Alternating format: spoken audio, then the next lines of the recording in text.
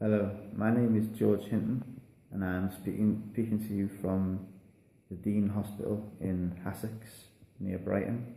My national insurance number is JT291815D, 3rd of the 9th, 81. My address is 9 Eberley Lawn in Barnstable. I've been having trouble with people after me from Liverpool, heavy people, way out of my league with mad resources. I just disrespected the wrong people and started chucking texts around thinking I was the hard man, and I'm not. I'm really not, as you can probably see. After I got dragged into the back of a van in Liverpool after I was painting a house, I thought that was the time to go. So I left Liverpool for Devon just to escape it, to get out of it. It was way out of my league and I was a bit scared, to be honest. And I feel like it's followed me down here, and after a few incidents I've had with people following me, and the other night I was attacked with a knife, as you can see here, a little wound. And when I contacted the police, I could tell they didn't want to help me. They just wanted to pick holes in my story and make it look like it was me. And they took my clothes off me, and it was a horrible night. It was really quite a scary night, actually. The feeling I got from them. They wouldn't take a statement from me because they said I was too drunk. I'd only had 2 beers that night, and I'd just been attacked, and that sobered me right up. I was totally with it, and they just used that as an excuse, and I've been getting the same kind of excuses over and over. And that's when I realised I had to leave the country. So as soon as I got out to the hospital, I got a train straight away. Didn't even sleep. I hadn't slept all night. Packed the bag. It was a pathetic pack, actually. I got here and I had 3 t-shirts and about 20 quid in change and a load of paperwork. It was useless. But anyway, the police weren't listening. They wouldn't even get me a solicitor. I got a feeling of hatred from them, and I don't get that. I'm a good reader of people, and there was something not right. I was refused a solicitor. I was treated with distain, and it just felt like they were in on it also. It really did. So I got to go to the train. And my plan, well, I didn't have a plan, if I'm totally honest. My first plan was to just go to a different district police force and put myself forward there and hope that it was just a Devon thing where there was a few of them involved who knew the people in Liverpool who were connected.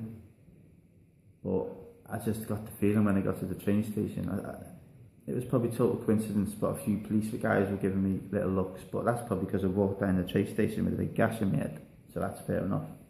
But I just didn't feel it then. I go with my instincts a lot, and I decided to go to the airport from Paddington, which is on the way. And when I got to the airport, I didn't know where I was going. I didn't know what flights flew from there. I didn't know anything. So I just went and looked on the boards. Picked a few. Couldn't afford them few, so then went back to the boards again. To look for something more in my price range, and I found Germany. It was Germany, Switzerland or Croatia, so I decided Germany, good strong country. So yeah, my plan was to go over there, go to the nearest police guy and said, my life's in danger, can I have asylum here as a protection as a European citizen? And I got to the airport and I was waiting overnight at the airport, and I noticed a lot of like dodgy characters. Most of them look like Muslim type of guys, but they looked really dodgy, like big hoodies on and just stalking me, like, and like I got freaked out because I thought the airport would be busy all night, so I wouldn't have a problem, but I just felt getting more unsafe and unsafe. So I picked up a payphone and called the ambulance and started saying I was going to jump off a bridge. I know it's not the right thing to do just to get out of there, but it's the only thing I could think of. And the woman on the ambulance said that 3 police guys, airport security with guns, came out of nowhere, came out of the cracks and around me. They were all around me and took the phone off me, talked to the woman for a bit, and then put the phone down, and then they said, right, you're with us now, kind of thing, we'll take you to a mental health unit and you can speak to someone. And I thought, I've been caught. And then secondary thought, well, maybe they're not with it. Maybe this is going to be what I want. I'll get that different point of view. Maybe the airport police have got nothing to do with this. But they took me and put me in this room for 12 hours. And I've got to be quick. If I just go off, it's because they're doing their checks. They do checks every 15 minutes. So anyway, they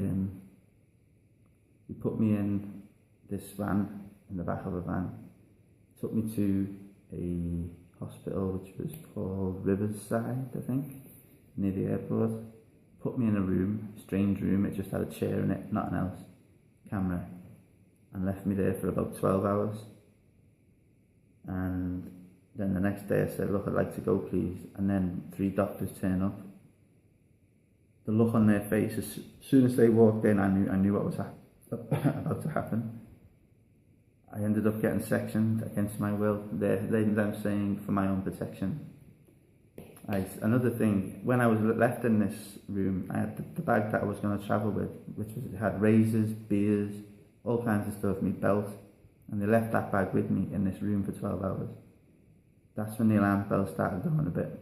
I mean, I was sitting there drinking the beers in this room, and there's a camera right there. I didn't make no, I didn't hide it. The cans were cracking open, kind of thing. And then after that, when I get sectioned, a van comes and picks me up, puts me in the back, in the section where you put a prisoner, like the cage bit at the back. I don't know why, I wasn't being aggressive or anything like that. With the bag once again full of like razor blades and my belt. So if I wanted to top myself or something, I could have done it in the back of that van or in that room 12 hours previous. They bring me here. I get no rights. I haven't been read me rights, shown me rights, given me rights, no rights. So I went and found my own rights on the internet, like the fact that I need an advocate, independent advocate of the hospital. It's a private hospital, by the way, which is also interesting.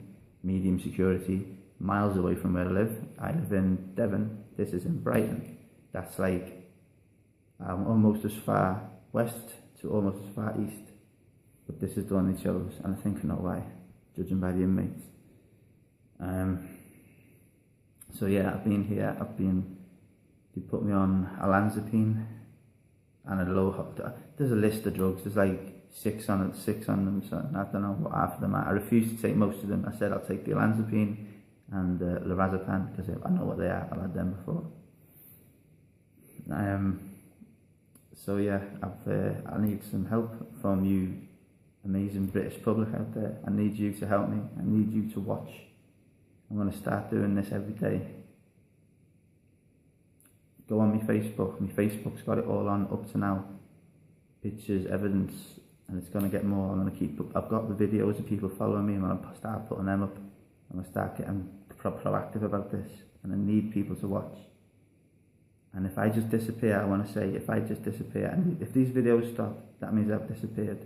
And I think they're going to make it look like I've run away or done it to myself. But I'm just going to, I know this is it. These people don't want to kill me. They want to torture me, bad things. Because they could have done it easily. I know what kind of power they've got. They want me back in Liverpool, I think, in a dark room.